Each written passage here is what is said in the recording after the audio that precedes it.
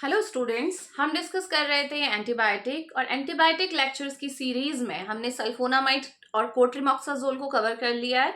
आज हम third topic discuss करने जा रहे हैं, third type of antibiotic discuss करने जा रहे हैं जो है क्विनोलॉन्स। और क्विनोलॉन्स का मॉडिफिकेशन ही क्या है, आपका फ्लोरोक्विनोलॉन्स है। ठीक है, तो सबसे पहले थोड़ा सा क्विनोलॉन्स के बारे में जान लेते हैं और फिर हम फ्लोरोक्विनोलॉन्स में आएंगे। ठीक है, तो क्विनोलॉन्स बेसिकली क्या है आपकी, ये आप बोल सकते हैं ये एंटीबायोटिक है जो ग्राम नेगेटिव बैक्टीरिया के, देखो दो टाइप के बैक्टीरिया होते हैं, है ना। बैक्टीरिया को अगर आपने डिफाइन करेंगे तो ग्राम पॉजिटिव और ग्राम नेगेटिव, दोनों में क्या डिफरेंस होता है। जो हमारे ग्राम पॉजिटिव बैक्टीरिया होते हैं उनकी सेल वॉल बहुत ज्यादा थिक होती है, और थिक किसकी वजह से होती है, पेप्टाइडोग्लाइकेन की वजह से, है ना। चलो डिफरेंस पहले बता दूं मैं, क्योंकि यहाँ पे जिक्र आ ही रहा है। ये मान लीजिए ग्राम पॉजिटिव है, ये ग्राम नेगेटिव बैक्टीरिया है। तो ग्राम पॉजिटिव की जो आउटर लेयर होगी, ठीक है, इस तरीके से ये बहुत थिक लेयर होती है। किसकी होगी ये थिक लेयर, पेप्टाइडोग्लाइकेन की। ठीक है, और अगर ग्राम नेगेटिव की मैं बात करती हूँ तो ग्राम नेगेटिव की जो आउटर लेयर होती है वो बहुत क्या होती है, आपकी थिन होती है। ठीक है, ज्यादा मोटी नहीं रहेगी। तो यहाँ पे ये भी आप ध्यान रखिए, ये भी पेप्टाइडोग्लाइकेन है। लेकिन ग्राम नेगेटिव के पास एक आपका और एडवांटेज है कि इसके बाहर से हमारी एक आउटर मेम्ब्रेन प्रेजेंट होती है। जो ग्राम नेगेटिव बैक्टीरिया होते हैं उनके बाहर से एक आउटर मेम्ब्रेन प्रेजेंट होती है, जो कि बनी होती है किसकी, लिपोपॉलीसैकेराइड की। लिपोपॉलीसैकेराइड इसमें प्रेजेंट रहेगा इस मेम्ब्रेन में। ठीक है, इसके अलावा पोरीन प्रेजेंट होता है। पोरीन जो कि किसी भी चीज को इस मेम्ब्रेन में पोर्स को क्रिएट करेगा ताकि बाहर से कोई भी चीज अंदर जा पाए, है ना। प्लस एंडोटॉक्सिन्स भी यहाँ पे प्रेजेंट होते हैं, एंडोटॉक्सिन्स। ठीक है, तो देख रहे हो ना, इसमें आउटर मेम्ब्रेन है। लेकिन ग्राम पॉजिटिव के केस में कोई आउटर मेम्ब्रेन नहीं होती है। तो ये दोनों के बीच में डिफरेंस है। लेकिन हाँ, ग्राम पॉजिटिव में एक और चीज होती है, जो ये मेम्ब्रेन आपको दिखाई दे रही है पेप्टाइडोग्लाइकेन की, इस वॉल जो दिखाई दे रही है, मेम्ब्रेन तो इसमें होती नहीं है। तो यहाँ पे एक और कंपोनेंट प्रेजेंट होता है, उसका नाम क्या है, टिकोइक एसिड। ठीक है, तो इसकी भी एक स्पेशलिटी है कि इसमें टिकोइक एसिड प्रेजेंट होता है। ठीक है, तो ये आपको पता होना चाहिए। तो अब बात आ रही है, मैं आपको बता रही थी कि जो हमारे क्विनोलॉन्स होते हैं, ठीक है, क्विनोलॉन्स बेसिकली क्या करते हैं, ग्राम नेगेटिव जो हमारे बैक्टीरिया हैं उनके अगेंस्ट काम करते हैं। ठीक है, ग्राम नेगेटिव के, ग्राम पॉजिटिव पे ये असर नहीं दिखा पाते। मैं बात कर रही हूँ क्विनोलॉन्स की। तो क्विनोलॉन्स में जो हमारा एग्जाम्पल हमारे पास है वो क्या है, देखो, नैलिडिक्सिक एसिड। ठीक है, नैलिडिक्सिक एसिड जो है क्विनोलॉन्स का एग्जाम्पल है। तो क्विनोल, इसका स्ट्रक्चर फटाफट से ड्रॉ कर लेते हैं ताकि आपको और ज्यादा बेहतर समझ में आ जाए, है ना, कंफ्यूज ना हो। तो ये हमारा नैलिडिक्सिक एसिड का स्ट्रक्चर है। यहाँ पे हमारा C2H5 रहेगा। ठीक है, इस पोजीशन पे हमारा COH रहेगा और यहाँ पे आपका CH3 रहेगा। ये स्ट्रक्चर किसका है, हमारा नैलिडिक्सिक एसिड का है। और यहाँ पे, अच्छा, यहाँ पे क्योंकि क्विनोलॉन्स की बात हो रही है तो ऑन्स डबल बॉन्ड O तो आना ही चाहिए। तो ये स्ट्रक्चर होता है हमारा किसका, नैलिडिक्सिक एसिड का। ठीक है, अब नैलिडिक्सिक एसिड के साथ प्रॉब्लम IC, ठीक है, स्पेलिंग मिस्टेक थी।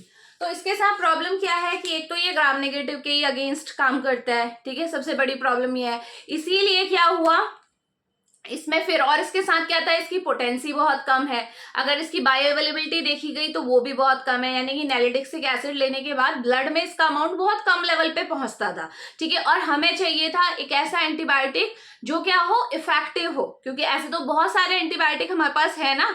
अगर हम इस क्लास की बात कर रहे हैं तो नैलिडिक्सिक एसिड हाँ जरूर एंटीबायोटिक की तरह वर्क करता था ग्राम नेगेटिव के अगेंस्ट, लेकिन ये इतना ज्यादा इफेक्टिव नहीं था। और इसी रीजन की वजह से फिर क्या हुआ, इसमें मॉडिफिकेशन करने का सोचा कि ये नैलिडिक्सिक एसिड जो है, यानी कि जो क्विनोलॉन्स है, इसमें कुछ मॉडिफिकेशन किए जाए स्ट्रक्चरली, जिससे हमें और भी ज्यादा बेहतर एंटीबायोटिक मिल सके। और वो एंटीबायोटिक ऐसा हो जो कि ब्रॉड स्पेक्ट्रम हो। ब्रॉड स्पेक्ट्रम का मतलब समझते हैं, ग्राम पॉजिटिव और ग्राम नेगेटिव दोनों टाइप के बैक्टीरिया के अगेंस्ट ये काम करता हो। ठीक हो गया, तो चलिए, तो क्या हुआ, अब बात आती है किसकी, अब एग्जिस्टेंस में आते हैं फ्लोरोक्विनोलॉन्स।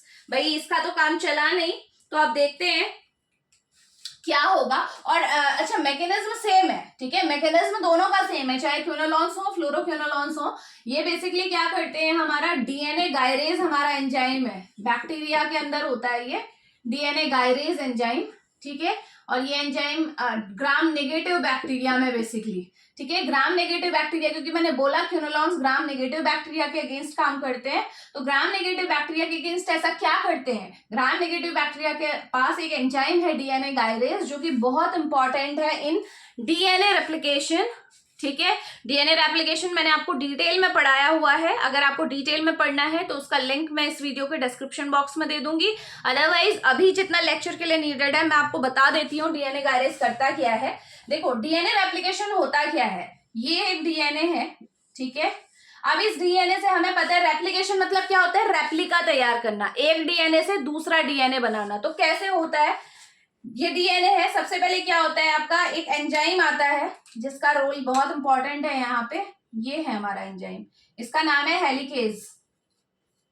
हेलिकेज एंजाइम क्या करता है, डीएनए को अनवाइंड करने का काम करता है, क्योंकि जब ये स्ट्रैंड ओपन होंगे तभी जाके हमारा क्या बनेंगे, डॉटर डीएनए बनेंगे। पढ़ा है डीएनए रेप्लिकेशन में। तो अब देखो क्या होगा, जैसे जैसे ये हेलिकेज आगे बढ़ते रहेगा, ये इस तरीके से बीच में जो नोट्स है इन्हें खोलता रहेगा, ये देखो इस तरीके से नोट्स खुल जाएंगी, और ये हमारा डीएनए कुछ किस तरीके का हो जाएगा, चलो मैं इसे यहाँ पे बना के दिखा देती हूँ आपको। ये बन जाएगा हमारा,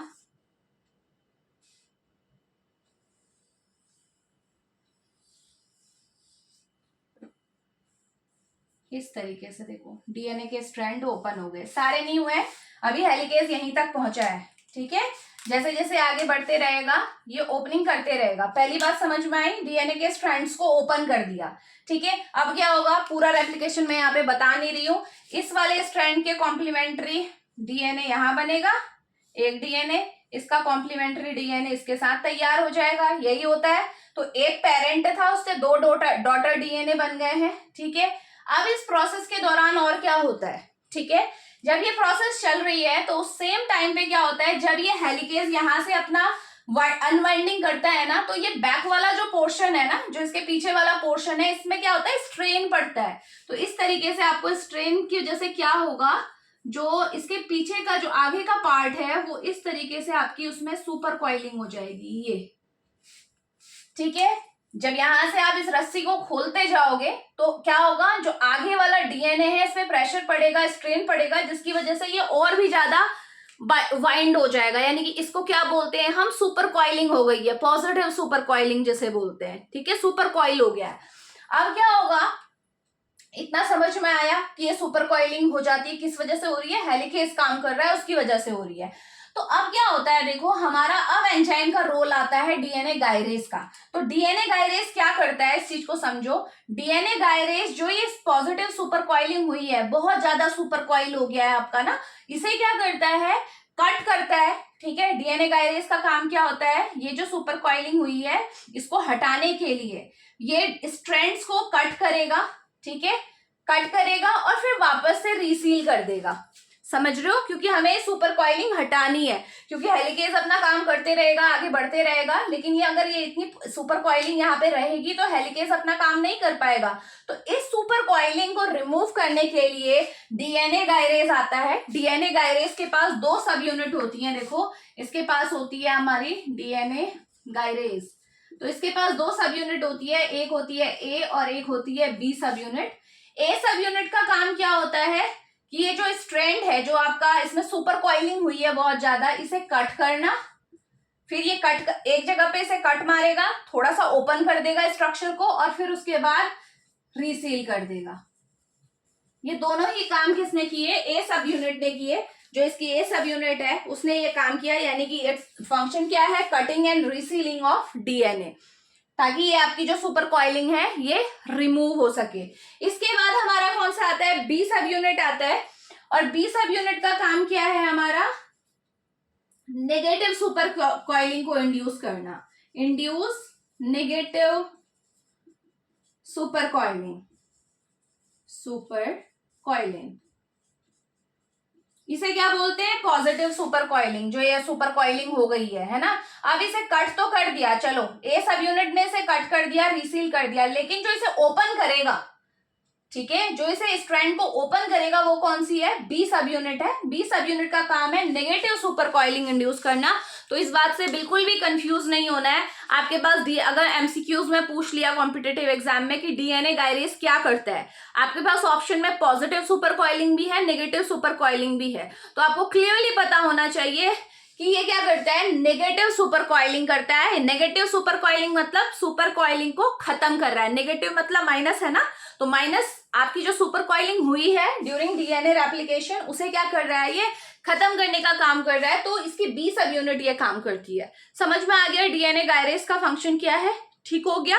तो डीएनए गायरेज, यहाँ पे मैंने आपको बताया कि जो हमारे क्यूनोलॉन्स होते हैं इनका मैकेनिज्म क्या होता है, क्योंकि ये केवल ग्राम नेगेटिव पे काम करते हैं, इसलिए वहां पे केवल डीएनए गायरेज हमारा एक एंजाइम है, उसे इनहिबिट करेंगे। अब आप खुद सोचिए, अगर डीएनए गायरेज ना हो तो डीएनए गायरेज का फंक्शन परफॉर्म नहीं रहेगा, होगा। पॉजिटिव सुपर कॉइलिंग को कोई भी हटाने वाला नहीं है, नेगेटिव सुपर कॉइलिंग इंड्यूस करने वाला एंजाइम हमारे पास नहीं है, तो ये जो डीएनए है ये क्या हो जाएगा, नॉन फंक्शनल डीएनए हो जाएगा। इसमें अब रेप्लिकेशन की प्रोसेस आगे हो ही नहीं पाएगी। समझ में आ गया। रेप्लिकेशन होने के लिए नेगेटिव सुपर कॉइलिंग इंड्यूस कराना जरूरी है। जितना स्ट्रैंड ओपन होंगे तभी जाके उनके कॉम्प्लीमेंट्री डीएनए बनेंगे।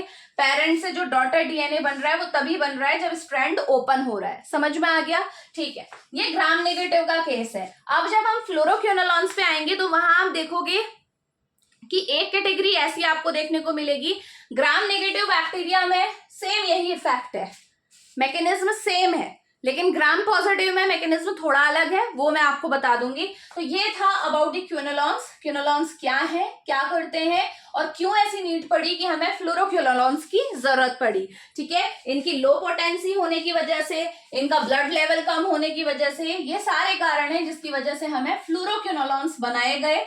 ठीक है, अब देखते हैं फ्लोरोक्विनोलॉन्स क्या करते हैं। इसे मैं हटा नहीं रही हूँ क्योंकि फ्लोरोक्विनोलॉन्स का मैकेनिज्म भी है ये। ग्राम नेगेटिव बैक्टीरिया में सेम यही मैकेनिज्म होता है। ठीक है, तो देखो कैसे आपका मॉडिफिकेशन हुआ ये हम डिस्कस करते हैं। नैलिडिक्सिक एसिड के स्ट्रक्चर को एज इट इज हम रखेंगे। अब देखो बात करते हैं फ्लोरोक्विनोलॉन्स के बारे में। एज द नेम सजेस्ट, फ्लोरो, फ्लोरो मतलब फ्लोरिनेशन हो रहा है।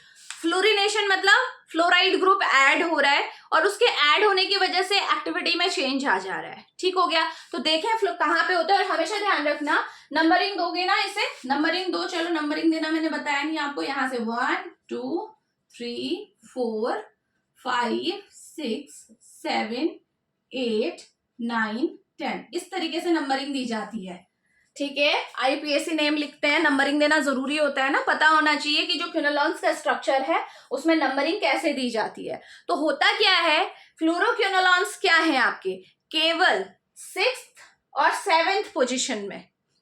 ठीक है, 6th और 7th पोजीशन में सब्स्टिट्यूशन के बाद ही हमारा क्या मिल जाते हैं, हमें फ्लोरोक्विनोलॉन्स मिल जाते हैं। तो वही चीज होती है ना, थोड़ा मॉडिफिकेशन करना, मतलब यही तो होता है, कुछ फंक्शनल ग्रुप को ऐड करना, कुछ को हटाना, है ना।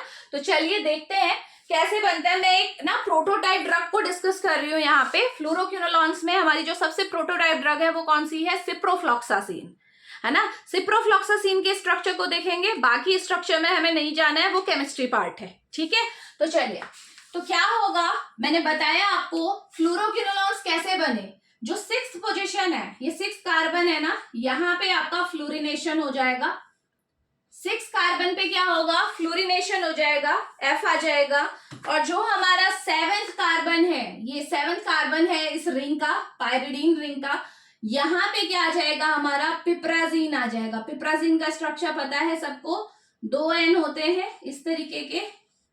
ये हो गया हमारा, यहाँ N के साथ H आ जाएगा। ये बन गया हमारा किसका स्ट्रक्चर, पिप्राजीन का स्ट्रक्चर बन गया। तो ध्यान रखेंगे, ठीक हो गया। इसके बाद चलिए यहाँ पे वो दे दो ना, सेटिस्फाई हो जाएगा। तो यानी कि 6th पोजीशन में फ्लोराइड आया है, 7th पोजीशन में ये पिप्राजीन रिंग आई है। और क्योंकि मैं सिप्रोफ्लॉक्सासिन की बात कर रही हूं, तो सिप्रोफ्लॉक्सासिन के स्ट्रक्चर में यहाँ पे वेरिएशन होता है, ये वाले फंक्शनल ग्रुप हटते हैं नैलिडिक्सिक एसिड से। देखो ये दोनों फंक्शनल ग्रुप जो कि 8 और 1 पोजीशन है, दोनों हट जाएंगे और केवल जो फर्स्ट पोजीशन है यहाँ पे हमारा क्या आ जाएगा, साइक्लोप्रोपेन आ जाएगा। साइक्लोप्रोपेन 3 कार्बन वाला, इसकी साइक्लो बना दिया। साइक्लोप्रोपेन इसी को कहते हैं ना, प्रोपेन मतलब 3 कार्बन, 1 2 3।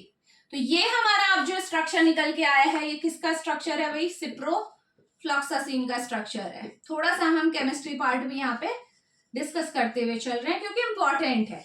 फार्माकोलॉजी ऐसा नहीं है, फार्माकोलॉजी हम पढ़ रहे हैं तो उसमें हमें केमिस्ट्री का कुछ लेना देना नहीं है, क्योंकि स्टार्टिंग वहीं से हो रही है। क्यूनोलॉन्स बने, फ्लोरोक्यूनोलॉन्स बने तो कुछ ना कुछ तो मॉडिफिकेशन हुए हैं ना, और मॉडिफिकेशन स्ट्रक्चरल हुए हैं, तो ये तो पता होना जरूरी है ना कि हमने क्या ऐसा ऐड किया या क्या रिमूव किया जिससे हमें ये आपका मिला फ्लोरोक्यूनोलॉन्स। क्लियर है ना, सिप्रोफ्लॉक्सासिन याद करना पड़ेगा, वो आपके हाथ में, आप कैसे करो। लेकिन एक पॉइंट हमेशा ध्यान रखना, 6th और 7th पोजीशन पे सब्स्टिट्यूशन हो रहा है, ठीक हो गया। बाकी में आपका क्या हो रहा है, फंक्शनल ग्रुप जो पहले थे वो हटाए, कोई दूसरा उसकी जगह ले आए, लेकिन यहाँ पे कुछ नहीं था, ठीक है। तो ये हो गया। तो अब बात करते हैं, स्पेशली हम बात करेंगे फ्लोरोक्यूनोलॉन्स के बारे में। तो फ्लोरोक्यूनोलॉन्स क्यूनोलॉन्स से किस तरह से बेहतर है, तो सबसे पहली बात कि ये क्या है, हमारे ग्राम पॉजिटिव और ग्राम नेगेटिव दोनों के अगेंस्ट काम करते हैं, ठीक है। जबकि अभी हमने क्या देखा था, क्यूनोलॉन्स केवल ग्राम नेगेटिव के अगेंस्ट काम कर रहे थे, ठीक है। तो ये एक तो बहुत बड़ा एडवांटेज हो गया ना, दोनों के अगेंस्ट काम करना। तो यहाँ पे आप मेंशन जरूर करेंगे, जहां पे भी आप लिखोगे तो आपको क्या लिखना है कि ये क्या करते हैं, आपके दोनों के अगेंस्ट काम करते हैं।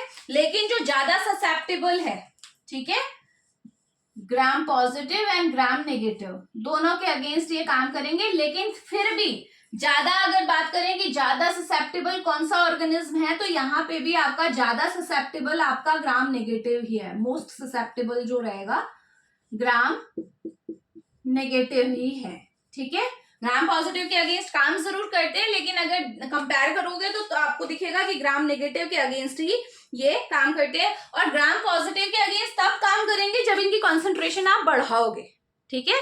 ससेप्टेबल होने का मतलब यही तो होता है कि कम कंसंट्रेशन पे भी काम कर रहा है, लेकिन ग्राम पॉजिटिव के अगेंस्ट काम जरूर करेगा, लेकिन तभी करेगा जब आप सिप्रोफ्लॉक्सासिन की कंसंट्रेशन को आप बढ़ाओगे। क्लियर हो गया। इसके बाद जो बात ध्यान में रखने वाली है वो क्या है कि जो हमारा सिप्रोफ्लॉक्सासिन है, ये क्या होता है, एसिडिक पीएच में ना स्टेबल नहीं रहता है, ठीक है।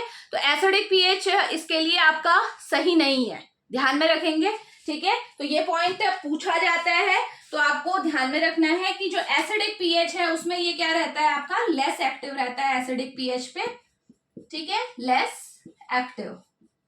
तो इसीलिए जब मैं आपको इंटरेक्शन पढ़ाऊंगी तो वहां पे मैं आपको बताऊंगी कि कैसे, अगर आप मान लो कोई एंटासिड आपने दे दिया, किसी इंसान ने सिप्रोफ्लॉक्सासिन वो ले रहा है किसी भी इलनेस की वजह से, और साथ में आप एंटासिड भी उसे दे रहे हो या वो खुद से कंज्यूम कर रहा है, एसिडिटी हो गई और एंटासिड्स ले लिए, तो ऐसे केस में आपका क्या हो जाता है, फिर इंटरफेरेंस स्टार्ट हो जाती है, ठीक है। तो ध्यान में रखना है, क्योंकि एसिडिक पीएच पे क्या रहता है, ये आपका लेस एक्टिव रहेगा, ये ध्यान में आपको रखना है। अभी मैं वो आगे चल के आपको बताऊंगी कि कैसे ये हम कैसे इसे कोरिलेट कर सकते हैं। अब देखो मैकेनिज्म ऑफ एक्शन की बात करते हैं। मैकेनिज्म ऑफ एक्शन, अभी मैकेनिज्म ऑफ एक्शन मैंने आपको बताया कि भाई ग्राम पॉजिटिव के केस में इसका मैकेनिज्म अलग रहेगा, ग्राम नेगेटिव के केस में इसका मैकेनिज्म अलग रहेगा। ग्राम नेगेटिव के केस में तो सेम वही मैकेनिज्म है जो क्यूनोलॉन्स का था, डीएनए गायरेज इनहिबिशन, ठीक है, सेम वही मैकेनिज्म है, कोई डिफरेंस नहीं है, ठीक है। Cutting, resealing, negative super coiling induce करना, यही सब रहेगा। लेकिन ग्राम पॉजिटिव के केस में देखो इसका मैकेनिज्म अलग होता है। जो बैक्टीरिया होते हैं, बैक्टीरिया में एक और आपका एंजाइम प्रेजेंट होता है जिसका नाम है टोपोआइसोमरेज, टोपोआइसोमरेज, और इसकी कौन सी आइसोफॉर्म्स, 4th आइसोफॉर्म होती है, ठीक है। टोपोआइसोमरेज 4th का क्या काम होता है, अब इसे समझो। टोपोआइसोमरेज 4th क्या करता है, ये भी डीएनए रेप्लिकेशन में ही इसका रोल है। ये क्या करता है, जब रेप्लिकेशन हो रहा है और एक पेरेंट से डॉटर डीएनए बन रहे हैं, तो डॉटर डीएनए बनने के बाद इनकी कटिंग भी तो होगी यहाँ से, तभी तो ये सेपरेट हो पाएंगे और नई सेल्स बनेंगी, है ना। तो ये जो कटिंग का काम हो रहा है ना, यानी कि डॉटर डीएनए को पेरेंट डीएनए से अलग करने का काम वो कौन करता है, टोपोआइसोमरेज 4 करता है। अगर ये इससे सेपरेट नहीं होंगे तो इसका मतलब सेल डिवीजन की प्रोसेस तो होगी ही नहीं। सेल डिवीजन, सेल साइकिल आपको पढ़ाया है मैंने, एंटी कैंसर ड्रग जब पढ़ा रही थी, है ना, उसका फर्स्ट जो लेक्चर था उसमें हमने यही देखा था। तो हमने देखा था कि जो हमारा जो सिंथेसिस फेज होती है बेसिकली, उसमें हम क्या बोलते हैं कि जो हमारा पेरेंट डीएनए है उससे डॉटर बन गए, अब डॉटर अलग हो जाएंगे और अलग अलग सेल्स आपकी, क्योंकि सेल डिवीजन चल ही रहा है, अलग अलग सेल्स बनेंगी, तो वही तो आपकी मियोसिस माइटोसिस है ना। तो ये प्रोसेस ये होने नहीं दे रहा है। तो समझ में आ गया ग्राम पॉजिटिव में क्या हो रहा है। ग्राम पॉजिटिव बैक्टीरिया में क्या कर रहे हैं फ्लोरोक्विनोलॉन्स, टोपोआइसोमरेज 4th को आपका इनहिबिट कर दे रहे हैं। अब देखो ये टोपोआइसोमरेज हमने ह्यूमन सेल्स में भी पढ़ रखा है कि हमारी सेल्स में जब डीएनए रेप्लिकेशन होता है तो भी हमारा ये टोपोआइसोमरेज ही है जो पेरेंट और डॉटर डीएनए को अलग करता है। तो ऐसा भी तो हो सकता है ना कि आप सिप्रोफ्लॉक्सासिन ले रहे हैं और उससे हमारी सेल्स को फर्क पड़ने लगे। आपने लिया तो बैक्टीरिया को खत्म करने के लिए था, लेकिन फर्क हम पे पड़ रहा है। तो अब ऐसे केस में क्या होगा, बहुत सिंपल सी बात है कि हमारे ह्यूमन बॉडी में या ह्यूमन सेल्स में टोपोआइसोमरेज की कौन सी आइसोफॉर्म प्रेजेंट होती है, टोपोआइसोमरेज 2nd। हमारी सेल्स के अंदर कौन सा होता है आपका, टोपोआइसोमरेज 2nd होता है। इसीलिए जब हम सिप्रोफ्लॉक्सासिन देते हैं तो उसका टारगेट होता है 4, ठीक है। तो वो केवल 4 को आपका अटैक करेगी हमारे टोपोआइसोमरेज से, यानी कि ह्यूमन सेल्स का जो टोपोआइसोमरेज है उससे उसे कोई लेना देना नहीं है, तो हमारी सेल अनअफेक्टेड रहेंगी, हम सेफ हैं। समझ में आ गया, ठीक है। तो ये है आपका मैकेनिज्म ऑफ एक्शन किसी भी फ्लोरोक्विनोलॉन का। मैंने सिप्रोफ्लॉक्सासिन लिया है क्योंकि ये प्रोटोटाइप ड्रग है, और इसके जितने भी आपके आगे कंटेनर हम क्लासिफिकेशन में देखेंगे सबका मैकेनिज्म यही रहेगा। ग्राम नेगेटिव के केस में डीएनए गायरेज इनहिबिशन, और ग्राम पॉजिटिव के केस में टोपोआइसोमरेज 4 इनहिबिशन। अगेन एमसीक्यूज में पूछा जा सकता है, आपको डिफरेंट आइसोफॉर्म्स लिख दी होंगी नीचे, 2nd 1st होती हैं टोपोआइसोमरेज की, आपको पता होना चाहिए कि टोपोआइसोमरेज 4th आपका करेक्ट आंसर है। ठीक हो गया, तो ध्यान में रखेंगे, ऐसे ऐसे ही आपके एमसीक्यूज निकलते जाते हैं, ठीक है। तो पूरा टॉपिक का क्लियर होना बहुत जरूरी है। नेक्स्ट अब हम लोग क्या बात करते हैं, ठीक है, चलिए। हाँ, जब भी ऐसा होगा ना कि ये डीएनए गायरेज या टोपोआइसोमरेज एक्ट करेगा, तो एग्जैक्टली आपके मन में ये आ सकता है कि मैम डीएनए, चलो आपकी इसकी नेगेटिव सुपर कॉइलिंग नहीं हुई, लेकिन डीएनए तो एज इट इज है ना, अब इसे खत्म कौन करेगा, है ना। और सेम अगर पेरेंट डीएनए से डॉटर डीएनए अलग नहीं हो रहे हैं तो फिर चलो ठीक है नहीं हुए अलग, लेकिन कौन सी प्रोसेस है जिसके थ्रू ये खत्म होता है। तो क्या होता है, जब भी किसी सेल के अंदर ये होता है ना, इस टाइप की सिचुएशन आती है, तो सिग्नल जाते हैं और एक्सोन्यूक्लियस आपका एक एंजाइम है वो रिलीज होता है, और वो एक्सोन्यूक्लियस क्या करता है आपका इन सबको, ये जितना भी डैमेज्ड डीएनए है ना इसे खत्म कर देता है। ठीक हो गया, तो ध्यान में रखेंगे। अब हम बात करते हैं आगे की, ठीक है, फार्माकोकाइनेटिक के बारे में बात करेंगे, क्योंकि ये आपका क्या है, प्रोटोटाइप ड्रग है, तो एटलीस्ट एक ड्रग जो प्रोटोटाइप होती है ना उसके बारे में कंप्लीट इन्फॉर्मेशन आपके पास होनी चाहिए, ठीक है, क्योंकि बाकियों में हल्का फुल्का मॉडिफिकेशन ही होता है, लेकिन जो आपको फर्स्ट है आपकी कोई भी क्लास की ड्रग उसके बारे में आपको पता होना चाहिए। मॉडिफिकेशन तो हल्के फुल्के होते हैं, तो याद कर ही लोगे, है ना।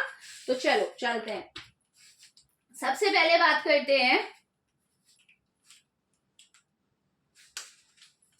फार्माकोकाइनेटिक के बारे में। काइनेटिक सबको पता है, what body does to the drug. तो क्या करती है भाई बॉडी, एब्जॉर्प्शन करवाती है, डिस्ट्रीब्यूशन करवाती है, मेटाबॉलिज्म करवाती है और एक्सक्रीशन करवाती है। यही तो प्रोसेस होती है जब भी हम कोई भी ड्रग हम ले रहे हैं, तो हमारी बॉडी यही करती है उसके साथ, है ना। आपने ली, आपके स्टमक में सपोज ओरली आपने ली, तो स्टमक में गई, वहां इंटेस्टाइन में गई, वहां से उसका एब्जॉर्प्शन हुआ, रेस्पेक्टिवली जहां से भी होना था, उसके नेचर पर डिपेंड करेगा। उसके बाद फिर ब्लड में गई, उसके बाद पूरी बॉडी में हमारी डिस्ट्रीब्यूट हुई, किसी ऑर्गन में जाके डिपॉजिट भी हो सकती है ना, वही डिस्ट्रीब्यूशन है। हमारे ब्लड में जो प्लाज्मा प्रोटीन्स प्रेजेंट है उनसे बाइंड हो जाती है, वो भी हमारा डिस्ट्रीब्यूशन का पार्ट है। नेक्स्ट आपका मेटाबॉलिज्म, बहुत सारी फिर ड्रग्स जो होती है हमारी, जो हमारा पोर्टल सर्कुलेशन है उसमें चली जाती है और लीवर में उसका मेटाबॉलिज्म हो जाता है। और लीवर में मेटाबॉलिज्म होने के बाद हमारे पास मेटाबॉलिज्म में आपने पढ़ा है, या तो ड्रग एक्टिव हो जाएगी या इनएक्टिव हो जाएगी। प्रो ड्रग है तो वो एक्टिव में कन्वर्ट हो जाती है, कुछ एक्टिव ड्रग वो इनएक्टिव कर देता है लीवर, है ना। कुछ ड्रग ऐसी भी होती हैं जो कि टॉक्सिक मेटाबोलाइट में कन्वर्ट हो जाती हैं, लाइक पैरासिटामोल, ठीक है। तो इस तरीके से हमारे पास बहुत सारे ऑप्शन होते हैं। और लास्ट क्या होता है, ब्लड से ही आपकी जब किडनी में जाती है तो किडनी में फिल्ट्रेशन के थ्रू आपका एक्सक्रीट आउट हो जाती है in the form of urine, ठीक है, या फिर आपकी बाइल में एक्सक्रीट हो जाएगी। बहुत सारे हमारे मैकेनिज्म होते हैं, स्किन के थ्रू एक्सक्रीट होते हैं, है ना। तो ये आपको ध्यान में रखना है। तो चलिए फार्माकोकाइनेटिक में हम बात करते हैं अबाउट इट्स एडीएमई। एडीएमई क्या है तो देखें क्या क्या है, ध्यान में रखिएगा कि जो हमारी सिप्रोफ्लॉक्सासिन है ये ओरली ली जाती है, ठीक है, ओरली ली जाती है। और इसका एब्जॉर्प्शन आपका क्या है, आपका बढ़िया है। लेकिन अगर आप इसको फूड के साथ लोगे, खाने के साथ लोगे, तो वो एब्जॉर्प्शन को डिले कर देगा। तो फूड डिलेज इट्स एब्जॉर्प्शन, याद रखिएगा, ठीक है। खाने के साथ नहीं लेना है कभी भी सिप्रोफ्लॉक्सासिन को। नेक्स्ट हमारे पास पॉइंट आता है डिस्ट्रीब्यूशन का। तो ध्यान में रखिएगा इसकी जो परमेबिलिटी है, टिश्यू परमेबिलिटी बहुत ज्यादा है। इसीलिए आप देखोगे जब भी आप सिप्रोफ्लॉक्सासिन लेंगे तो ये हमारे मेन जो हमारे ऑर्गन्स हैं, जैसे हमारा मसल हो गया, हमारा बोन्स है, हमारी लंग्स है, वहां पे जाके हमारा डिपॉजिट हो जाती है, ठीक है। लंग्स डिपॉजिट लिख देती हूँ मैं, ठीक है। तो ये भी हमें ध्यान रखना है। इसलिए का मतलब इसकी टिश्यू परमेबिलिटी बहुत अच्छी है। एक बार ये ब्लड में जाती है तो ब्लड से आपके डिफरेंट डिफरेंट ऑर्गन्स में जाके डिपॉजिट हो जाती है। तो ये भी आप कह सकते हो कि सिप्रोफ्लॉक्सासिन क्योंकि डिपॉजिट हो रही है, इसका मतलब इसकी डोज आपको ज्यादा रखनी पड़ती है। अगर कोई भी चीज जिसका डिस्ट्रीब्यूशन कम हो रहा है तो आप समझ लीजिए कि उसकी प्लाज्मा में लेवल उसका ज्यादा होगा। तो इसका मतलब कम अमाउंट से भी हमारा काम चल जाएगा, केवल वो अपनी डेस्टिनेशन पे जाके अपना इफेक्ट दिखा देगी। लेकिन अगर ड्रग की परमेबिलिटी बहुत ज्यादा है, अलग अलग टिश्यूज में चली जा रही है, तो यानी कि काम करने के लिए जो अमाउंट होना चाहिए वो उतना अवेलेबल नहीं हो पाएगा। इसीलिए इसकी हमें डोज ज्यादा रखनी पड़ेगी, है ना। तो ये हमारा कॉन्सेप्ट होता है डिस्ट्रीब्यूशन का। Now comes to metabolism. Metabolism आप ध्यान रखिएगा कि ये क्या होता है आपका, इसका लीवर में ही होगा मेटाबॉलिज्म, और फर्स्ट पास मेटाबॉलिज्म इसका होता है ना। फर्स्ट पास मेटाबॉलिज्म मैंने आपको डिटेल में पढ़ाया है, कैसे आप जब कोई भी चीज आप लेते हो, मेडिसिन लेते हो, आपके स्टमक इंटेस्टाइन से ब्लड में ना जाके सीधे वो पोर्टल सर्कुलेशन के थ्रू पहले लीवर में चली जाती है, और लीवर में जाने के बाद उसका वहीं पे मेटाबॉलिज्म हो जाता है, और फिर बचा कुचा आपके ब्लड में आता है। तो इस वजह से आपका क्या होता है, ब्लड में जो अवेलेबल कंसंट्रेशन होती है वो बहुत कम होती है। समझ रहे हो, किसी भी ड्रग का अगर फर्स्ट पास मेटाबॉलिज्म हो रहा है तो समझ जाओ कि आपने जितनी खाई है उतनी ब्लड में वो नहीं पहुंचने वाली है, बहुत कम अमाउंट ब्लड में जाएगा। तो लीवर में होता है, फर्स्ट पास मेटाबॉलिज्म होता है, आप मेंशन कर देंगे। Next one is the elimination, और एलिमिनेशन याद रखेंगे यूरिन में ही होता है, किडनी के थ्रू, किडनी से फिल्ट्रेशन होगा और यूरिन में जाके ये क्या हो जाएगी, एक्सक्रीट हो जाएगी। तो ये है इसकी फार्माकोकाइनेटिक्स। अब बात कर लेते हैं इसके एडवर्स ड्रग रिएक्शंस के बारे में, एडीआरस। एडीआरस, तो एडवर्स ड्रग रिएक्शन क्या क्या होते हैं इन्हें समझेंगे। देखो सबसे पहले तो इसके साथ जो एडीआर है सेम जो हमेशा रहता है, नोजिया वॉमिटिंग। बहुत से बच्चे कुछ नहीं आता है तो सब में नोजिया वॉमिटिंग लिखाते हैं, है ना। जबकि आपको अगर आपके पास कौन सा केस होता है, वो इमेटिक का केस होता है। अगर एंटी इमेटिक ड्रग है आपकी, यानी कि ऐसी मेडिसिन जो वॉमिटिंग होने से रोकती है, उसका भी साइड इफेक्ट बच्चे लिख के आ जाते हैं, यही नोजिया वोमिटिंग, ठीक है। तो दिमाग लगानी पड़ती है ना। तो देखो अब क्या है, एडीआर देखो क्या रहेगा, नोजिया वोमिटिंग तो रहेगा ही रहेगा, कॉमन। इसको जो सिप्रोफ्लॉक्सासिन होता है ना, ये बहुत खाने के बाद बहुत गंदा टेस्ट आता है, इसलिए इसका एक एडवर्स इफेक्ट ये भी है कि बैड टेस्ट आता है इसका, और साथ ही साथ भूख नहीं लगती है, एनोरेक्सिया, ठीक है। ये हमारा कॉमन आपके हैं जो फिजियोलॉजिकल लेवल में हम फील कर सकते हैं, टेस्ट खराब होना, भूख न लगना, ये इसके साथ होता है, ठीक है, सिप्रोफ्लॉक्सासिन के साथ। नेक्स्ट इसके साथ जो प्रॉब्लम एसोसिएटेड है वो देखिए क्या है। इसको लेने के बाद अगर इसकी डोज थोड़ी सी ज्यादा हो जाए, नॉर्मल डोजेज में ध्यान रखना, अगर नॉर्मल डोज है ना तो कोई आपके ऐसे एडीआरस नहीं आते हैं। सिप्रोफ्लॉक्सासिन बहुत सेफ ड्रग है, ठीक है। लेकिन अगर इसका थोड़ा सा भी डोजिंग में वेरिएशन हो जाता है तो तब ये जाके आपको ये एडीआरस देखने को मिलेंगे। समझ में आ रहा है, नॉर्मल डोज में नहीं आएगा। तो डिजीनेस है आपका, उसके अलावा कंसंट्रेशन करने में बहुत प्रॉब्लम आती है, ठीक है, लॉस ऑफ कंसंट्रेशन आप लिख सकते हो, ठीक है। कंफ्यूजन रहेगा इंसान को, जैसे हेलुसिनेशन की स्टेज नहीं आ जाती इंसान को, नशे में रहता है जिस टाइम पे, है ना, तो वो हेलुसिनेशन वाला फेज देखने को मिल सकता है अगर डोज ज्यादा हुई तो, ध्यान में रखना है, ठीक है, हेलुसिनेशन। और इसके अलावा एक और चीज इसमें देखने को मिलती है, वो गाबा से रिलेटेड है, वो मैं बता देती हूँ आपको। सीजर्स भी आ सकते हैं अगर डोज ज्यादा कर दो। और सीजर्स देखो नॉर्मल केस में नहीं आते। अगर किसी को आपने सिप्रोफ्लॉक्सासिन दी है, किसी एक ऐसे पेशेंट को जिसको केवल बैक्टीरियल इन्फेक्शन था, आपने दी, कोई प्रॉब्लम नहीं है। लेकिन अगर मान लो वो इंसान पहले से कोई ऐसी मेडिसिन खा रहा है, सपोज आप एग्जाम्पल ले लीजिए, किसी को एपिलेप्सी है, ठीक है, एपिलेप्सी मतलब मिर्गी, ठीक है, उसमें क्या होता है, सडनली हमारा क्या होते हैं, न्यूरॉन्स फायर करना स्टार्ट कर देते हैं, यानी कि एक्साइटेशन बहुत ज्यादा हो जाता है, इसी वजह से तो वो आपके दौरा पड़ता है ना।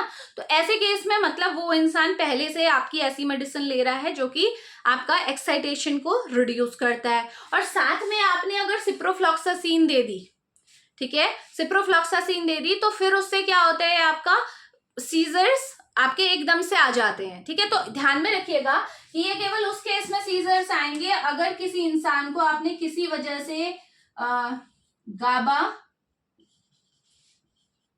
एंटागनिस्ट दिए हैं, गाबा एंटागनिस्ट। सॉरी, यहाँ पे ना सीजर्स वाला जो मैंने एग्जांपल आपको मेंशन किया है वो यहाँ पे रॉन्ग प्रूफ हो जाएगा। क्यों?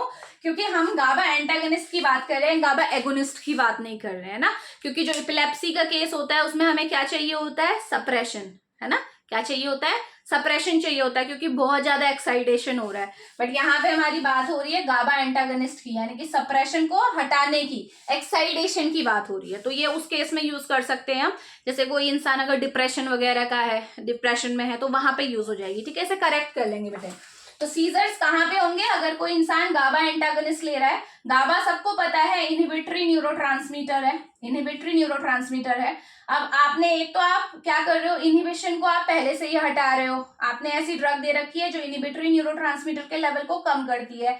इसका मतलब गाबा एंटागनिस्ट क्या करेंगे, एक्साइटेटरी जो रिस्पॉन्स है उसे बढ़ा देंगे, क्योंकि आपने इनहिबिटरी को तो हटा दिया ना एंटागनिस्ट देके, तो एक्साइटेटरी रेस्पॉन्स आने लगेगा इस एंटागनिस्ट को लेने के बाद। और ध्यान में रखिएगा कि सिप्रोफ्लॉक्सासिन भी खुद में एक्साइटेटरी ही रिस्पॉन्स देती है। तो दोनों ही एक्साइटेटरी एक साथ हो जाएंगे तो क्या होगा, आपका सीजर आ जाएगा ना।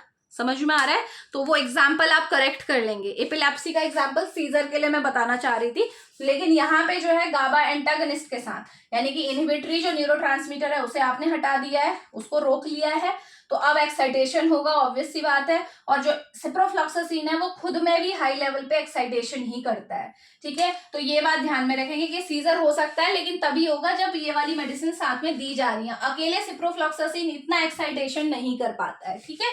नेक्स्ट हमारे पास इसके एडीआर्स में आता है हाइपर सेंसिटिविटी, जो आप मैक्सिमम एंटीबायोटिक्स में देखोगे ही देखोगे, ठीक है। हाइपर सेंसिटिविटी रिएक्शन आपको देखने को मिलेगी। हाइपर सेंसिटिविटी सबको पता है क्या होता है, स्किन में रैशेज आ सकते हैं, आर्टिकेरिया हो सकता है, ईचिंग हो सकती है ना। तो वो है आपका हॉट फ्लैशेस आ सकते हैं, ब्लड वेसल्स डायलेट हो जाती है, तो रेडनेस हो जाती है पूरी बॉडी में, तो वो हाइपर सेंसिटिविटी रिएक्शन है। और एक और इसका एडवर्स इफेक्ट है, वो है टेंडन्स। जो हमारे टेंडन होते हैं उनमें भी बहुत, वैसे ज्यादा तो देखा नहीं गया है, लेकिन बहुत कम केसेस में ये देखा जाता है कि टेंडन्स रप्चर हुए हैं सिप्रोफ्लॉक्सासिन लेने के बाद, ठीक है। तो ये हमारे एडीआर्स हैं ऑफ सिप्रोफ्लॉक्सासिन, स्पेशली फ्लोरोक्विनोलॉन्स के नहीं, फ्लोरोक्विनोलॉन्स की जो प्रोटोटाइप ड्रग है उसकी हम बात कर रहे हैं। नाउ नेक्स्ट है इसका इंटरेक्शन। चलिए इंटरेक्शन देख लेते हैं।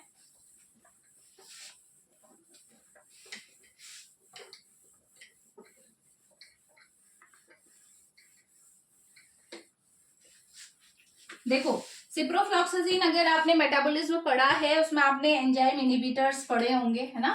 कुछ ड्रग्स ऐसी होती हैं जो एंजाइम इंड्यूसर होती हैं, कुछ ऐसी होती हैं जो एंजाइम इनहिबिटर होती हैं। ड्रग इंटरेक्शन चलो लिख ही ले, है ना,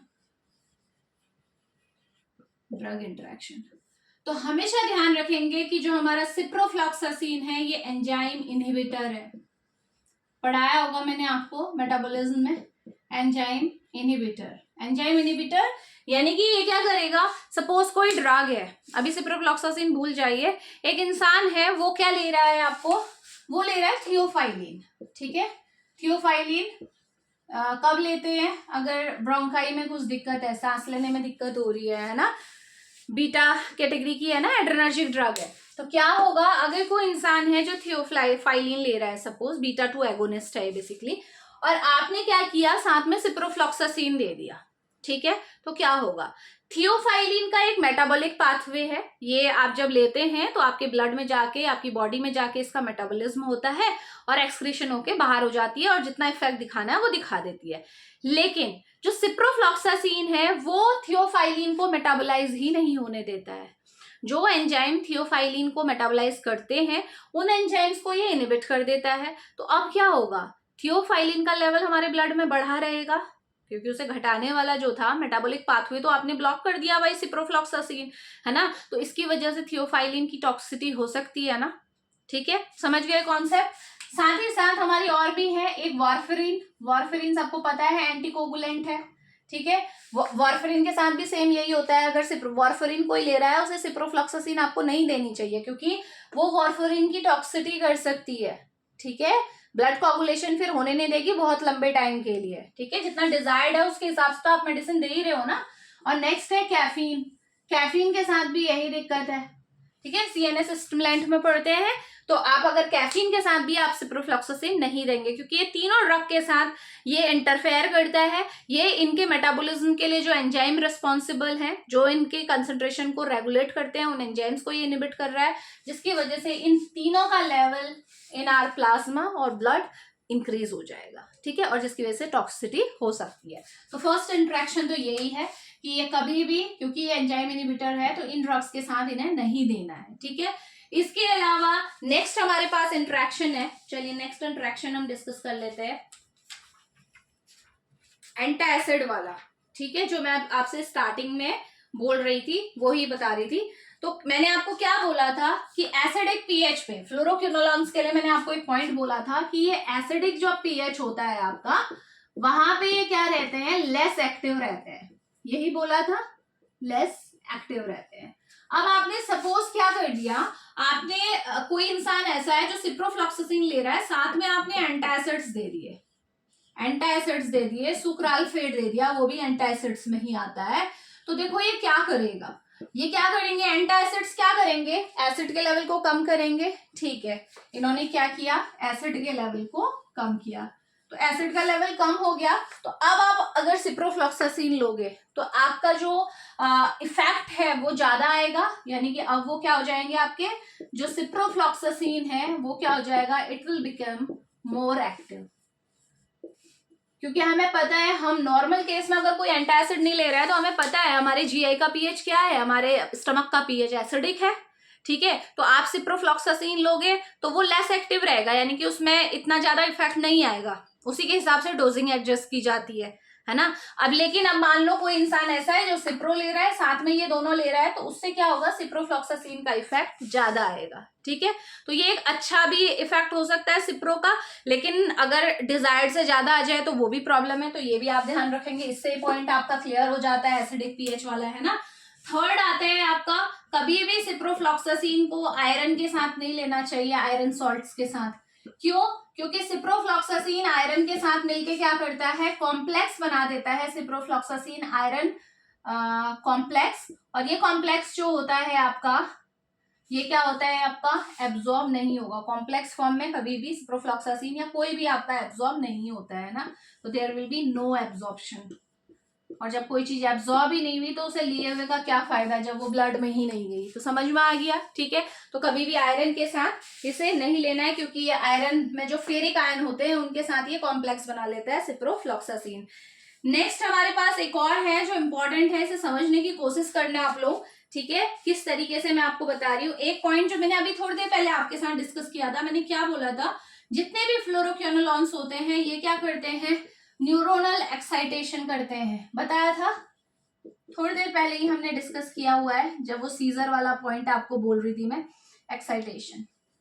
मैंने बोला था ना कि सिप्रोफ्लॉक्सासिन का भी इफेक्ट एक्साइटेशन ही होता है, और अगर आपने गाबा एंटागनिस्ट दे दिया तो गाबा एंटागनिस्ट भी क्या करते हैं, एक्साइटेशन ही कराते हैं, क्योंकि इनहिबिशन को आप रोक रहे हो इन्हें देके, तो वो सीजर आता है, यही तो बोला था।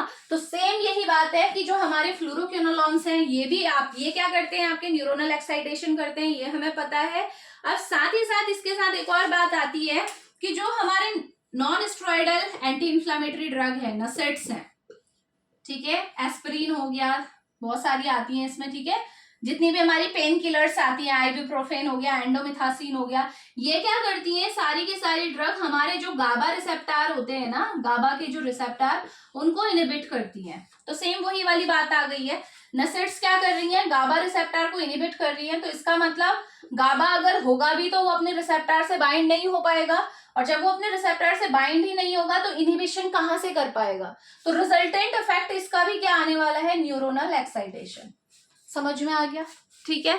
मैकेनिज्म थोड़ा अलग है, बात वही है कि नसेट्स ने क्या किया, गाबा के जो रिसेप्टर्स हैं उन्हें आपका इनहिबिट कर दिया या ब्लॉक कर दिया, तो इसकी वजह से अब गाबा इससे बाइंड नहीं हो पाएगा, और इनहिबिशन करता है ना गाबा, अब इनहिबिशन तो हो नहीं रहा है, तो इनहिबिशन और एक्साइटेशन के बीच में एक बैलेंस होता है, आपने उस बैलेंस को डिस्टर्ब कर दिया है, इनहिबिशन हो नहीं पा रहा है, तो एक्साइटेशन डोमिनेट कर जाएगा, और जो रिजल्टेंट इफेक्ट आएगा वो क्या होगा, न्यूरोनल एक्साइटेशन। इसीलिए फ्लूरोक्विनोलॉन्स अगर आप ले रहे हैं तो उनके साथ non steroidal anti inflammatory drugs को अवॉइड करना चाहिए, ठीक है, कॉम्बिनेशन में नहीं लेना चाहिए, जो कि लोग जनरल क्या करते हैं, आपका ले लेते हैं। आपने देखा होगा जो लोग सेल्फ मेडिकेशन करते हैं, खुद से ले रहे हैं, तो क्या कहेंगे कि भाई किसी को अगर बुखार आ गया है, कहेंगे इन्फेक्शन हो गया है, भाई आप एक पेन किलर ले लो और एंटीबायोटिक कोई सी भी ले लो, कोई सी भी नहीं ली जाती है, ठीक है, कोई सी भी ले लो तो आप सिप्रोफ्लॉक्सासिन ले लेंगे, वो इंटरेक्शन है, नॉर्मल तो इंसान में इतना फर्क नहीं पड़ेगा, मैंने पहले ही आपको बोला हुआ है, लेकिन अगर मान लीजिए किसी को पहले से ही सीजर की प्रॉब्लम है, किसी को एपिलेप्सी पहले से है, तो क्या ऐसे केसेस में उसको दोहराने के चांसेस नहीं है, उसको फिट्स आ सकते हैं ना, तो इसलिए हमें बहुत ज्यादा केयरफुल होना होता है, जब ये इंटरेक्शन भी इसी वजह से आपको पढ़ाए जा रहे हैं, ठीक है। लास्ट आ जाते हैं यूजेस पे, ठीक है, अब हम बात करते हैं यूजेस के बारे में,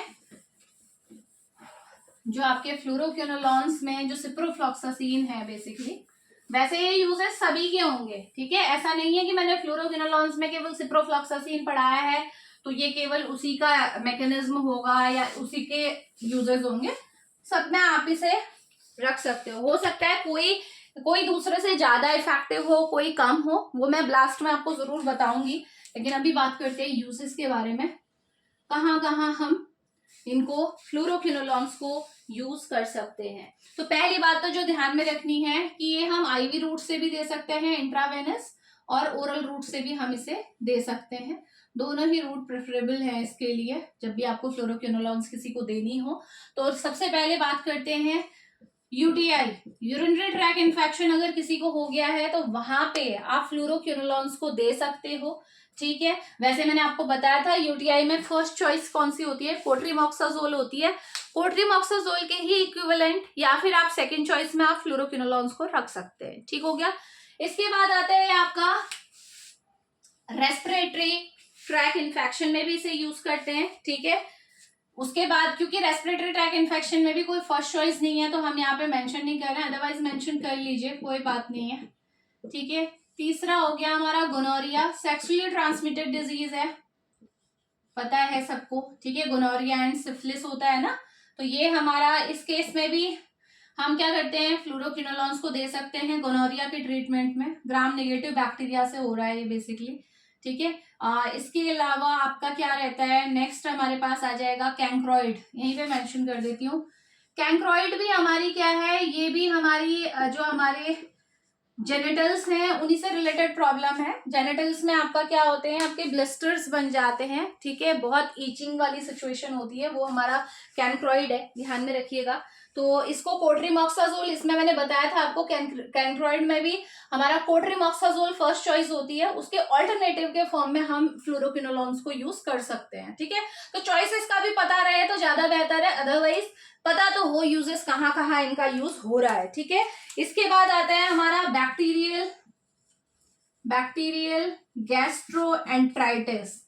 गैस्ट्रोएंटराइटिस, यानी कि पूरा जो हमारा गैस्ट्रोइंटेस्टाइनल ट्रैक है वहां पे इन्फ्लेमेशन अगर हो रहा है किसी इन्फेक्शन की वजह से तो हम सिप्रोफ्लॉक्सासिन को यूज कर सकते हैं, ठीक है, बैक्टीरियल गैस्ट्रोएंटराइटिस, सॉरी, तो वहां पे हम इसे यूज कर सकते हैं। नेक्स्ट हमारे पास आता है आपका, हाँ, अगर आपका कोई भी बोन्स में इन्फेक्शन हो रहा है, वुंड में इन्फेक्शन हो रहा है, कहीं कोई घाव बना हुआ है और फिर वहां पे इन्फेक्शन हो रहा है, तो उस केस में भी हम सिप्रोफ्लॉक्सासिन या फिर फ्लोरोक्विनोलोन्स को यूज कर सकते हैं। आपने देखा होगा बोन्स वगैरह में इन्फेक्शन हो जाता है तो सिप्रो भी दी जाती है, बहुत से डॉक्टर ओफ्लॉक्सासिन को भी देते हैं जो इसी का कंजेनर है, अभी आगे चल के हम देखेंगे। नेक्स्ट हमारे पास आ जाता है, हाँ आपने ये पढ़ा होगा ट्यूबरक्लोसिस, टीबी। टीबी का जब ट्रीटमेंट मैंने आपको पढ़ाया था, एंटी ट्यूबरकुलर ड्रग जिसमें पूरा रेजिमेंट चलता है आपका, है ना, तो वहां पे भी आपने देखा था उसमें सिप्रोफ्लॉक्सासिन था ना। तो ध्यान में रखेंगे कि सिप्रोफ्लॉक्सासिन हमारा जो टीबी होता है, टीबी के इलाज में भी यूज होता है, ठीक है। पूरा डिटेल में मैंने पढ़ाया हुआ है, मैं उसमें नहीं जाऊंगी, नहीं तो बहुत एक्सटेंड हो जाने वाला है लेक्चर। और साथ ही साथ जो लेप्रोसी है, लेप्रोसी भी मैंने पढ़ाया था आपको, एंटी लेप्रोटिक ड्रग, ठीक है। तो लेप्रोसी में भी मैंने आपको बताया था कि वहां पे भी आपका सिप्रोफ्लॉक्सासिन यूज होता है। इवन जो उसका न्यूअर रेजिमेंट था उसमें सिप्रो की जगह पे ओफ्लॉक्सासिन यूज हो रहा था, हालांकि है वो भी फ्लोरोक्विनोलोन्स। तो ये सारे यूजेस हैं, इसके अलावा और भी यूज हो सकते हैं जो आप अपनी तरफ से ऐड कर सकते हैं, ठीक है। जो भी आपको पता लगते रहे वो आप इसमें ऐड कर सकते हो, अदरवाइज ये तो है ही यूजेस जहाँ पे आपका हम यूज करते हैं। इसके अलावा हमारा एक और कंडीशन होती है मेनिंजाइटिस।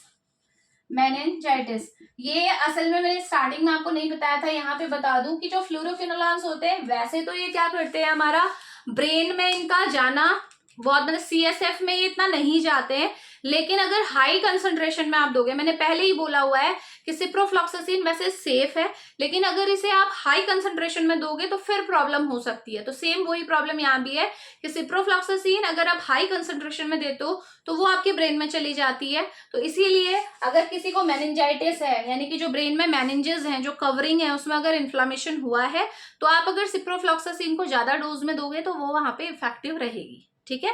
नॉर्मल डोज पे नहीं, हाई डोज पे देने पे आपका इफेक्ट देखने को आपको मिलेगा। तो ये है यूजेस ऑफ फ्लोरोक्विनोलोन्स। नेक्स्ट हमारे पास देखते हैं क्या रह गया है ना, इससे रिलेटेड बाकी सब चीजें हमने कवर कर ली है, ऐसा कुछ रह नहीं रहा है। हाँ, अब एक और पॉइंट क्या आपको मैं कुछ बता देती हूँ इससे रिलेटेड कि हमारी इसके अलावा, ये तो अभी तक जो हमने पढ़ा है ये सिप्रोफ्लॉक्सासिन के बारे में था, जो कि एक प्रोटोटाइप ड्रग है। ऑलमोस्ट सारी ड्रग्स के साथ ये सिमिलर ही रहेगा, थोड़ा बहुत जो मॉडिफिकेशन करके और ड्रग बनी हुई है, चाहे वो नॉरफ्लॉक्सासिन है, ओफ्लॉक्सासिन है, लेवीफ्लॉक्सासिन है, ठीक है, इसके लीवोफ्लॉक्सासिन है, गैटिफ्लॉक्सासिन है, बहुत सारी ड्रग्स हैं। तो इसीलिए इसका जब क्लासिफिकेशन हम पढ़ते हैं तो फर्स्ट जनरेशन और सेकेंड जनरेशन क्लासिफिकेशन हम पढ़ते हैं, ठीक है। तो देख लेते हैं, चलो, है ना। क्लासिफिकेशन मैंने मेंशन नहीं किया ना, तो क्लासिफिकेशन ही पहले हम देख लेते हैं और फिर उसके बाद हम इन ड्रग्स के बारे में थोड़ा बहुत जान लेंगे कि क्या है। तो ध्यान में रखिएगा कि जो हमारी क्लासिफिकेशन अगर बोलें तो हमारी जो फ्लोरोक्विनोलोन्स होते हैं वो दो क्लास में हम डिवाइड कर सकते हैं। एक तो आते हैं हमारे फर्स्ट जनरेशन, जनरेशन से तो समझते हो ना, जितने भी क्लासिफिकेशन में जनरेशन आ रही है उसका मतलब है कि वो पहले आई हुई हैं, ठीक है, और फिर उन पे मॉडिफिकेशन के बाद हमारी सेकेंड जनरेशन आई, ठीक है। तो जो फर्स्ट जनरेशन है उसमें कौन कौन सी आती है, देखो, उसमें पहली तो जो हम पढ़ चुके हैं वही है सिप्रोफ्लॉक्सासिन, नेक्स्ट है हमारी नॉरफ्लॉक्सासिन, नेक्स्ट हमारे पास है ओफ्लॉक्सासिन, ठीक है। इसके अलावा अब इसमें आ जाओ, इसमें कौन सी आती है आपकी, इसमें आती है हमारी स्पारफ्लॉक्सासिन, अपनी तरह से याद कर लो बेटा, जैसे आपका मन करता है, कैसे आप निमोनिक्स बना सकते हो इसे याद करने के लिए। गैटिफ्लॉक्सासिन,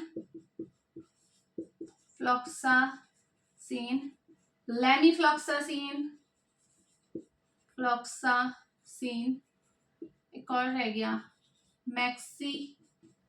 मॉक्सीफ्लॉक्सासिन होता है, देख लो एक बार है, हाँ मॉक्सीफ्लॉक्सासिन करेक्ट है आपका। इसके अलावा एक और है इसमें, लेमी के साथ याद रखना एल से, एक और है लीवोफ्लॉक्सासिन। तो ये हमारा क्लासिफिकेशन है, first generation and second generation, ये फ्लोरोक्विनोलोन्स हमारे क्लासिफाई होते हैं, ठीक है। अब इसके बाद हम लोग जो बात करने जा रहे हैं वो किसके बारे में बात करने जा रहे हैं कि भाई जो ये ड्रग्स हैं, आप देखोगे ना जो हमारी ज्यादातर ड्रग्स आ रही हैं इसमें, जैसे सिप्रोफ्लॉक्सासिन है, इसके बारे में हमने क्या बोला कि ये ग्राम पॉजिटिव ग्राम नेगेटिव दोनों के अगेंस्ट काम करती थी। नॉरफ्लॉक्सासिन देखो, नॉरफ्लॉक्सासिन केवल ग्राम नेगेटिव के अगेंस्ट काम करती है, याद रखिएगा। जो हमारी नॉरफ्लॉक्स है, नॉरफ्लॉक्सासिन आपने देखी होगी, आप अगर किसी को अगर आप ध्यान देते हो मेडिसिन का, अगर घर में कुछ आ रही है तो नॉरफ्लॉक्सासिन ज्यादातर यूटीआई अगर होता है ना, यूरिनरी ट्रैक इन्फेक्शन, और स्पेशली फीमेल्स में, तो ये नॉरफ्लॉक्स दी जाती है, नॉरफ्लॉक्स टीजेड, ठीक है। नॉरफ्लॉक्सासिन और मेट्रोनिडाजोल का कॉम्बिनेशन होता है, तो ये हमारी नॉरफ्लॉक्सासिन हो गई। ये ग्राम नेगेटिव के अगेंस्ट ही काम करती है, ध्यान में रखना। और ये सिप्रोफ्लॉक्सासिन से कम पोटेंट होती है, ध्यान में रखिएगा। ये क्या है, it is less potent then Cipro, ठीक है। सिप्रोफ्लॉक्सासिन से कम पोटेंट है ये नॉरफ्लॉक्सासिन। इसके बाद नेक्स्ट आती है ओफ्लॉक्सासिन। तो ध्यान में रखिएगा कि ये आपका ये दोनों के लिए है। ओफ्लॉक्सासिन हमारी ग्राम पॉजिटिव के अगेंस्ट भी काम करती है, ग्राम नेगेटिव के अगेंस्ट भी काम करती है। और इसका अगर इसका आप इफेक्ट देखोगे तो ये क्या है, दोनों के बीच का इफेक्ट है, ठीक है। इसकी पोटेंसी देखोगे तो दोनों के बीच की है, यानी कि नॉरफ्लॉक्सासिन से तो आपका क्या है, आपका ज्यादा है और इससे कम है, ठीक है। तो ये बात ध्यान में रखेंगे कि ओफ्लॉक्सासिन दोनों के अगेंस्ट एक्ट करती है। और मैंने पहले भी आपको बताया कि ओफ्लॉक्सासिन आप जनरली देखोगे ना, टीबी के ट्रीटमेंट में, लेप्रोसी के ट्रीटमेंट में ओफ्लॉक्सासिन को ही लेते हैं। बोन्स का अगर इन्फेक्शन हो रहा है तो तब भी ओफ्लॉक्सासिन को ही डॉक्टर प्रेस्क्राइब करते हैं, और भी कर सकते हैं, बट ये आपकी सबसे ज्यादा प्रोमिनेंट है, इन्हें यूज किया जाता है। इसके बाद आ जाता है हमारा levofloxacin. Levofloxacin again gram positive और ग्राम नेगेटिव दोनों के अगेंस्ट ये काम करेगी, लीवोफ्लॉक्सासिन, ठीक है। तो ये आप ध्यान रखिएगा। लीवोफ्लॉक्सासिन क्या है, ओफ्लॉक्सासिन का ही आपका लीवो आइसोमर है। आइसोमेरिज्म सबको पता है, लीवो और डेक्स्ट्रो आइसोमर्स जो होते हैं, केवल हम क्या करते हैं, उनके फंक्शनल ग्रुप को हम क्या कर देते हैं, चेंज कर देते हैं उनकी लोकेशन को, और आइसोमर्स बन जाते हैं, है ना। उसको हम केमिस्ट्री में पढ़ेंगे, बट फिलहाल ध्यान में रखिएगा कि जो लीवोफ्लॉक्सासिन है वो किसका आइसोमर है, ओफ्लॉक्सासिन का। तो एमसीक्यूज के पॉइंट ऑफ व्यू से इंपॉर्टेंट है। इसके बाद हमारी जितनी भी आती है ना, ये स्पारफ्लॉक्सासिन, लेमीफ्लॉक्सासिन, यानी कि जो सेकेंड जनरेशन की जितनी भी ड्रग है, इंक्लूडिंग लीवोफ्लॉक्सासिन, ध्यान में रखिएगा ये सेकेंड जनरेशन कैसे बनी, डीफ्लोरिनेशन के थ्रू। डीफ्लोरिनेटेड है ये सारे। अभी मैंने स्टार्टिंग में आपको जब स्ट्रक्चर बताया था, मैंने बताया था ना कि आपका 6 पोजीशन पे फ्लोरीन ग्रुप है, तभी फ्लोरोक्विनोलॉन्स बने थे। तो अगर उस फ्लोरीन ग्रुप को हटाया गया तब जाके ये क्या बने, आपके सेकेंड जनरेशन कंपाउंड बने। कुछ और ऐड हुआ होगा, लेकिन डीफ्लोरिनेटेड कंपाउंड इन्हें बोलते हैं, इनसे अब फ्लोरीन हटाया गया है। तो ये हमारे क्या होते हैं, आप इन्हें देखोगे कि ये ग्राम नेगेटिव के अगेंस्ट आपके क्या होते हैं, बहुत अच्छा इफेक्ट प्रोड्यूस करते हैं, ठीक है। ग्राम नेगेटिव के अगेंस्ट इनकी एक्टिविटी देखने को मिलेगी। हालांकि ग्राम पॉजिटिव के अगेंस्ट भी है, तो लेकिन ज्यादा अगर देखोगे, जैसे लोमीफ्लॉक्सासिन है, लोमी है बेटे, हाँ, ये OMI है, तो ये भी हमारा ग्राम पॉजिटिव के अगेंस्ट ज्यादा इफेक्टिव है, ठीक है। तो वो डिपेंड करेगा, कोई ग्राम नेगेटिव के अगेंस्ट है, कोई ग्राम पॉजिटिव के अगेंस्ट है। तो अगर आप याद कर सकते हैं तो ठीक है, अदरवाइज इसको इतना याद करने की जरूरत नहीं है, क्योंकि अगर इतना याद कर लो तो बहुत है। गैटिफ्लॉक्सासिन है, ये भी ज्यादा ग्राम पॉजिटिव के अगेंस्ट काम करता है ना, क्योंकि हमने स्टार्टिंग में ही देखा था कि क्यूनोलॉन्स क्या थे, जो केवल ग्राम नेगेटिव के अगेंस्ट काम कर रहे थे। फ्लोरोक्विनोलॉन्स बने तो वो दोनों के अगेंस्ट काम करने लगे, लेकिन फिर भी ससेप्टिबिलिटी ग्राम नेगेटिव के लिए थी। जब आप ज्यादा कंसंट्रेशन में यूज कर रहे थे तभी जाके वो ग्राम पॉजिटिव पे काम कर रहे थे, यही तो पढ़ा था हमने। तो ये आपका ओवरऑल आपका क्या है, क्लासिफिकेशन है।